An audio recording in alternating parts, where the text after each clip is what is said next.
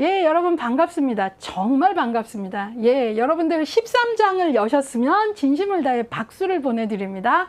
자, 어떤 과목이든 마지막 챕터를 열었다는 건 자신과의 싸움에서 이긴 거예요. 그쵸? 나 자신은 나의 진짜 긴밀한 파트너지만 동시에 가장 어려운 대상이기도 해요. 그래서 뭐 나는 내가 제일 어렵다 이런 말 하잖아요. 예.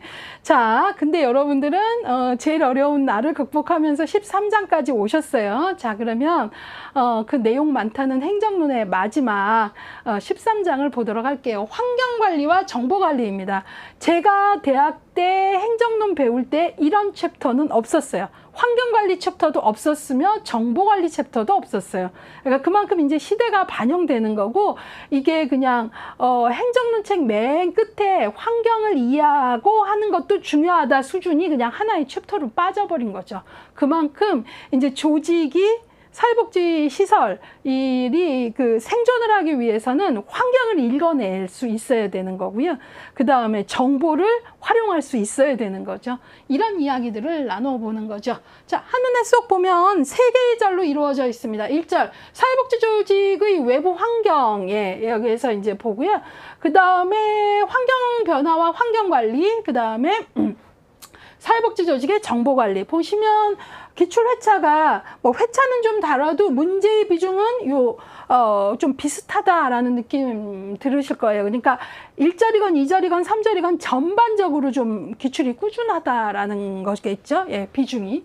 자, 그래서 보시면 1절 사회복지 조직의 외부 환경에서는 사회복지 조직을 둘러싼 환경은 크게 과업 환경 혹은 작업 환경과 일반 환경이 있거든요. 그래서 문제는 과업 환경에서 더 많이 나왔어요. 왜냐면 과업 환경 안에 여러 세부 내용이 있거든요. 그래서 이 세부 내용들을 정확히 아는가 이런 문제들이 나왔기 때문에 기출은 상대적으로 높아요. 그러나 우리가 사회복지 조직이 있다면 이 조직을 둘러싼 과업 환경과 이거보다 더 큰 수레바퀴인 일반 환경, 그리고 과업 환경과는 상호작용하고 일반 환경은 좀 상대적으로 영향을 조금 일방적으로 주는 성격은 있는데, 이 더 큰 수레바퀴인 일반 환경과 작업 환경을 구분할 수 있고 내용들을 정확히 아는가 이런 문제들이 나오거든요. 그래서 이 부분은 이제 저랑 꼼꼼히 좀 공부를 해야 되고요.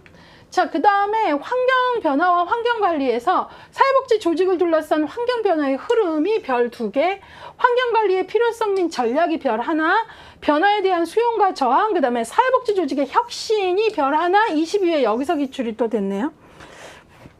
이제 현대 조직에 있어서 이노베이션, 혁신 너무나 중요하죠. 근데 최근에 이 혁신과 관련된 문제들이 조금씩 올라오고 있어요. 그래서 이런 부분들 잘 알아야죠. 제가 행정론 배울 때는 이 챕터도 낯설지만 저 진짜 그때는 혁신이란 단어 없었거든요. 예, 사회복지 조직에서. 근데 지금 여러분들 22회를 준비하는 여러분들은 혁신이라는 걸 아셔야 되는 거거든요. 그래서 이런 걸 조금 알고 가야 된다라는 거죠. 그래서 우리가 뭐 생태체계 환경에서 나를 둘러싼 환경을 하는 것도 중요하고 또 우리 가족을 둘러싼 환경을 하는 것도 중요한데, 현장에서 내가 속한 조직도 지역사회의 생태를 알고 환경을 읽을 줄 알아야 되는 거예요. 예. 지역사회 생태에서 우리 조직은 어떤 생태 구조 안에서 지금 생존을 하고 있는가 알아야 된다는 얘기죠. 예. 자, 사회복지 조직의 정보관리 부분입니다.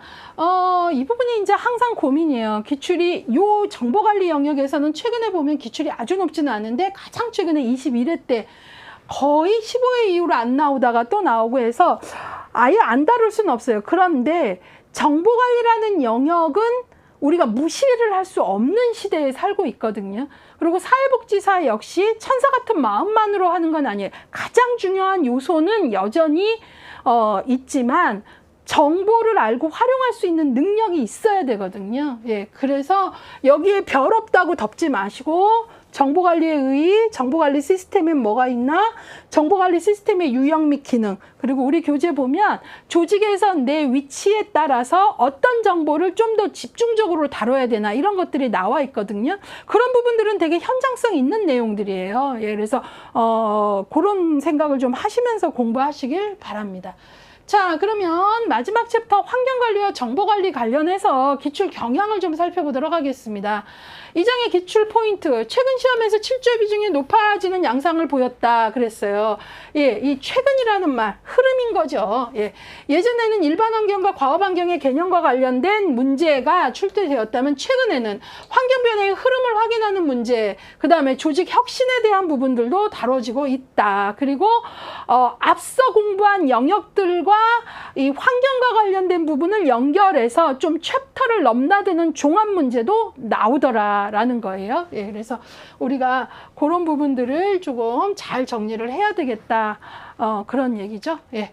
평균 출제 문항수를 보면요. 최근 5년간 봤더니 1.8 두 문제예요. 자, 여기 보시면 21회 같은 경우는요.